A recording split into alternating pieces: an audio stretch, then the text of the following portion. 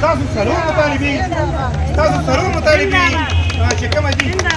اول ستاسو ایریر د 2012 نه والا د 2015 پورې چې ستاسو کوم ایریا تاسو نه دی میلاو او تاسو په هغې باندې کوم بایکاټ کړی دی دا بایکاټ چې ستاسو کومه فیصله ده هغه به موږ سپورټ کوو چې د هغې پورې تاسو د بایکاټ نه ختموئ چې څو پورې ستاسو دا مسله نه شي. نمبر دویمه چې څو پورې تاسو ته اپګریډیشن یې ورکړی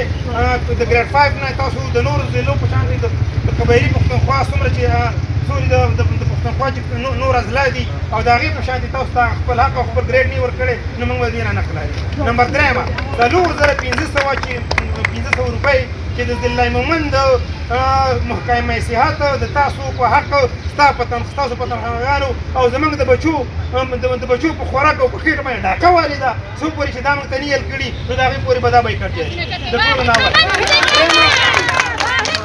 اول آوټ سټیشن چې زمونږ کومې بچی دلته دي دا مطالبات چې تاسو آوټ سټیشن نه ځئ دا ستاسو حق دی. موږ به پاکستان پیپل پارټي یا وحید مومند د پارټۍ نه علاوه زه به د قام د بچو سره زنانو سره محکمې یا چا چې کرپشن کړی دی یا بالخصوص دا کوم 4500 روپۍ چې زما د خویندو میندو په تنخوا باندې او د بچو په رزق باندې د ضلع مومند محکمه صحت ډاکه اچولې نوم د یو چا هم نه ده خو دا ذمهواري د ډي ایچ او صاحب ده.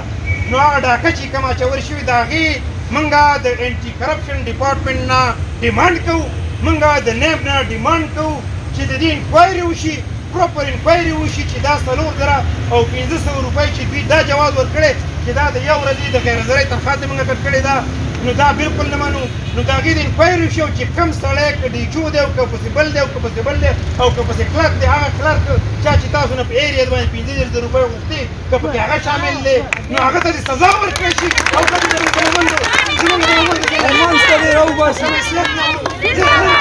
من کرپټ محکمه من کرپټ خلک من په مومندو کې او د مومندو په ضلع په محکمه صحت کې قطعاً کرپشن نشو برداشت کولی. دې سره موږ انشاءالله ورځي پاکستان پیپل پارټي د وحید مومند په شکل کې داسې ولاړئ لکه چې دا نن څنګه ولاړه ده. د پیر په ورځ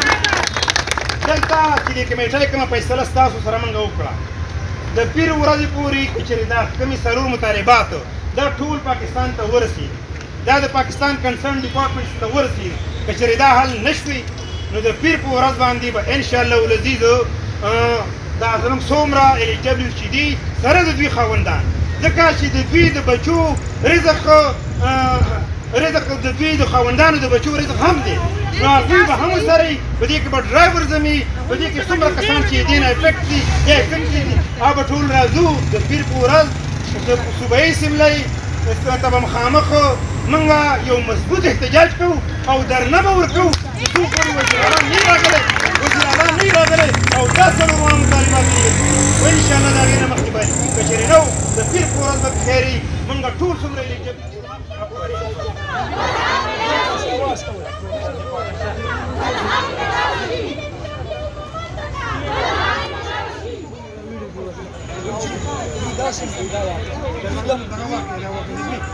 دا بل غټ ویډیو ټي والا راغی